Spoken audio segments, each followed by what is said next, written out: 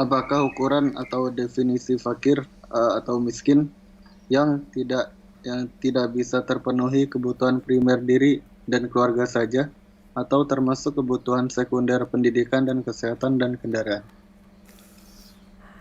Barakallahu fiik. Iya, kalau bicara manusia, manusia itu punya kebutuhan sandang, pangan, papan. Apakah orang miskin itu orang yang nggak punya rumah? Tapi dia bisa ngontrak. Dia punya penghasilan yang cukup. Jadi sejatinya fakir miskin ini ada yang mengatakan maknanya sama. Tapi ada yang mengatakan fakir itu lebih susah. Yaitu orang yang penghasilannya tidak cukup buat dia. Penghasilannya tidak cukup untuk biaya hidup dia. Biaya hidup, ya biaya hidup orang normal ya, nggak berlebih-lebihan. Nggak cukup. Orang miskin itu orang yang secara penghasilan dia cukup buat hari itu. Tapi kalau ada apa terjadi besok ini itu, dia nggak mampu menghadapinya. Artinya hanya cukup buat dimakan. Kalau yang fakir itu nggak cukup, kalau yang miskin itu cukup. Makanya biaya hidup dia umpamanya sebulan itu anggap 3 juta.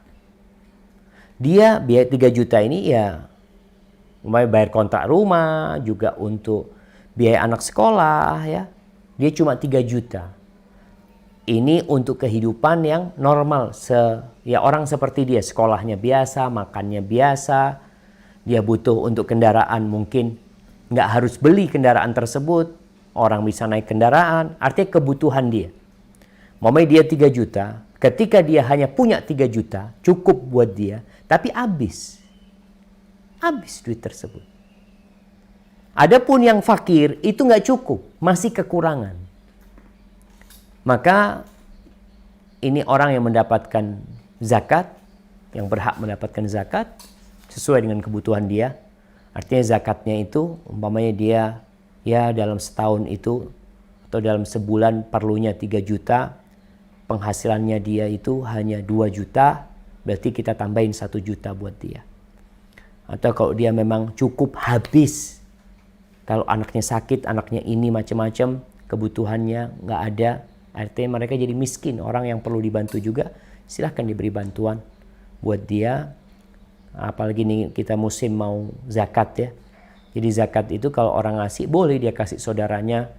Umpamanya kebutuhan dia ini Ustaz dalam sebulan 5 juta, setahun itu berarti 60 juta. Sedangkan penghasilan dia cuma 30 juta. Umpamanya, sisanya tambahin. Gak apa-apa, selesai. Jadi zakat itu gak harus kita ngasih 100 ribu, 100 ribu, 100 ribu, 100 ribu. Bisa jadi zakat kita semua kita kasihkan ke satu orang, supaya dia bangkit, gak jadi orang miskin lagi. Hadza wallahu a'lam bissawab.